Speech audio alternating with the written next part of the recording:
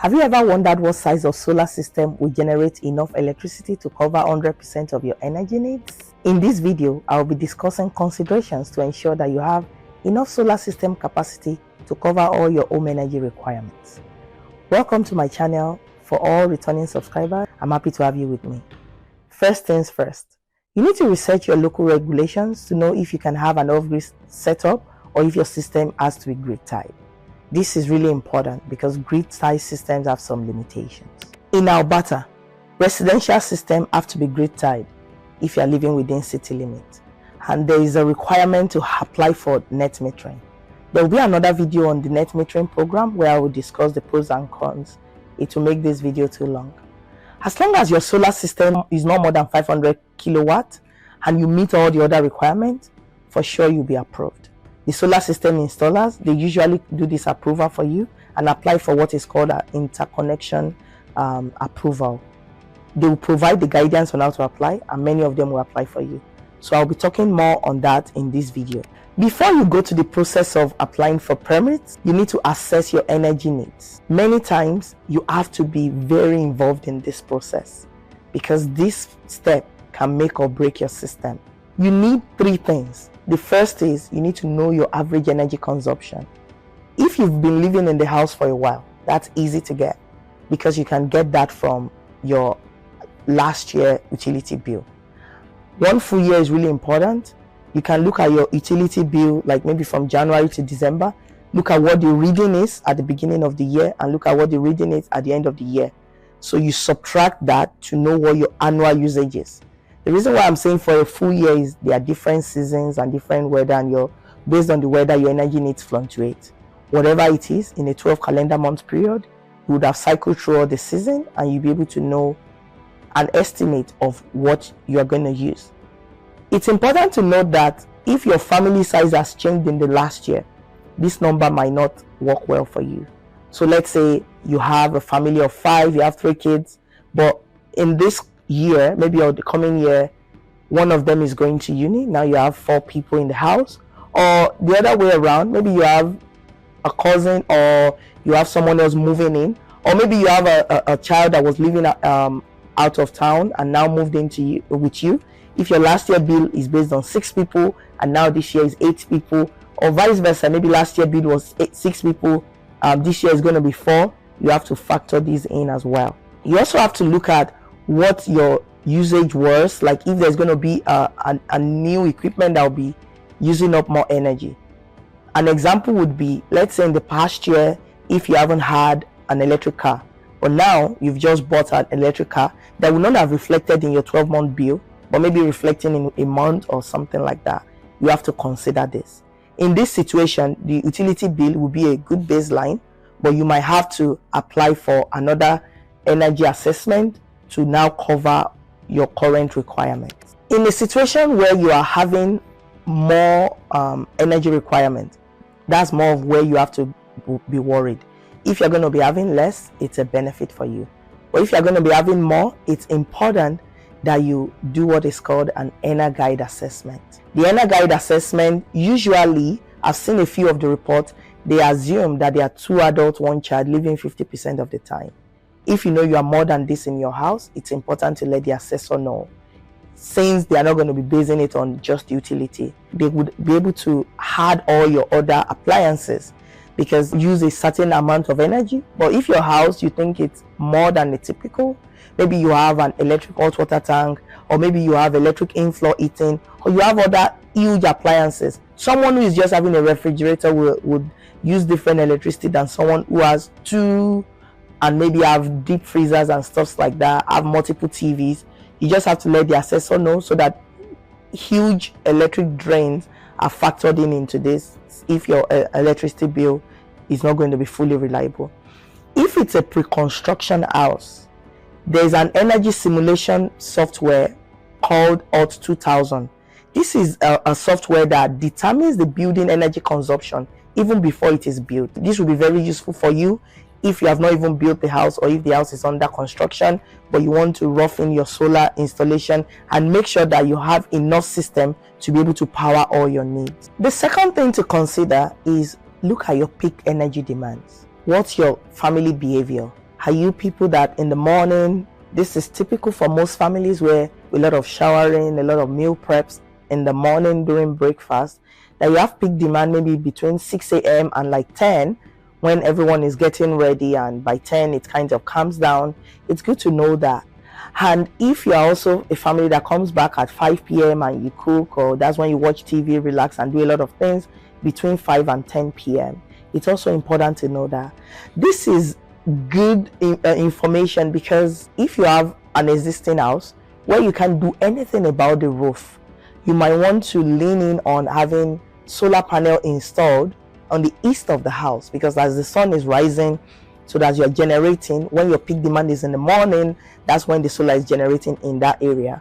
And also have some solar installed in the west of the house, so that when the sun is going towards setting, when you're back from work between 5 and 8 p.m., when you are cooking and having a high energy demand, you have enough solar panels to be able to cover that.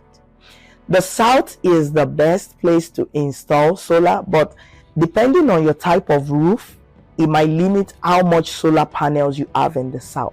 So knowing your family energy demand might help you distribute it so that you still have enough coverage for the beginning of the day and end of the day, while you put the rest in as much as possible in the south side of your house. I'll be making a video about roof orientation and what you need to do, which would be applicable to people who are still in pre-construction home and designing their house. That would be able to explore what to do to increase the radiance value of the house. Finally, when you have your energy requirement numbers already, and also you know your peak demand, what you need to look into now is what the peak sun hours for your area is. Usually it's between 4 to 6 hours in most cities in North America. If you are not in North America, you can go to the weather website of your country and check what the number of peak sun hours is. So in this situation, if we're going to be going with the average, which is 4, your daily energy requirement based on your energy demand that you've done in the assessment, when you multiply that by 4 and look at the solar rating, that would determine exactly how much energy you can produce. So when you look at that number, if an example of a house using 20,000 kilowatt hour per annum, a 20,000 kilowatt hour usage per annum, if you divide it by 365 days, will be about approximately 55 kilowatts per day. Multiplying that by 4 will determine how much you can generate. So what you will do now is, looking at your solar, your roof space for solar panel, you will be able to calculate how much solar it can fit. If your roof has enough space to fit like 20 panels maximum, then for you to be able to get 20,000 kilowatt hour, you have to increase the capacity and the efficiency of the solar panels you're using. Using an example, a 29 solar panels that have 350 watt energy rating will only generate 10,150 watts per annum. The same 29 panels, if you install solar panel with 450 wattage of capacity, that is 13,050 kilowatt for the year. You will then play with this number and make sure you upgrade your solar panel to have the highest rating possible, so that you can squeeze as many panels into the square foot you have available. That way you would know that your energy need, if you have 20,000 energy need, using the example I was using earlier, you need 55 per day. You are trying to make sure that with 4 hours of sun, you are able to generate 55 or plus or minus 10 based on the weather. But in the summer month, you should be able to generate more than that and bank the excess energy for next time. This will be different for people who are using batteries. The calculation is totally different. This example is for grid-tied system. The reason why I make this video is to educate homeowners. Homeowners paying for these solar panels need to understand how these calculations are done. If you hire a solar installation company and they are working out your energy requirement, and you are not really breaking it down to understand what your daily requirement is and how your energy needs have changed, they might not ask you if more people are now living in your house. They might just base it off your past year utility, which is the standard for grid-tied systems. if you know you have more people, or if you know you've bought electrical or have a energy consuming equipment installed that might change your numbers, you should be the one to bring those things out. So it's important that you understand your daily requirement and you understand the peak sun hours for your area, or just use the base number of 4, so that way it's a conservative number that would always mean you'll be fine. If you don't also understand the solar rating, one would pick out solar panels based on what is not really important. I spoke with an homeowner who selected a 375 watt solar panels because it's black and he wanted it in a particular elevation. I get it. That might be important, the aesthetics, but what if you know that there's this side of your house, maybe it's the south side of your house, or maybe it's the east, or maybe it's the west, that you have this view that you want to install this type of panel. Maybe you can switch up and install different wattage to make sure you meet your numbers. And perhaps maybe if the homeowner even knows that the wattage is different, he was offered 480 watt, but he chose to 375 watt just because it's black.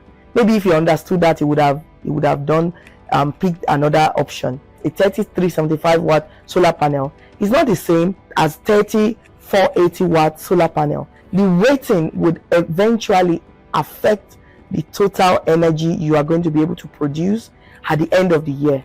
So knowing this information, asking the right questions, will help you to be able to advocate for yourself, so that the right capacity is installed for your house based on your lifestyle, so that you can have 100% of your energy needs covered. Solar panels are not the same. It's important as homeowners that you understand the numbers, understand what your target annual consumption is, and how much system capacity you need to install to meet that. That is the main information you need to work towards for you to have 100% of your energy requirements met. If you have any other questions or you have your experiences, please share in the comment section and we can discuss. Thank you for joining me, and see you again next time.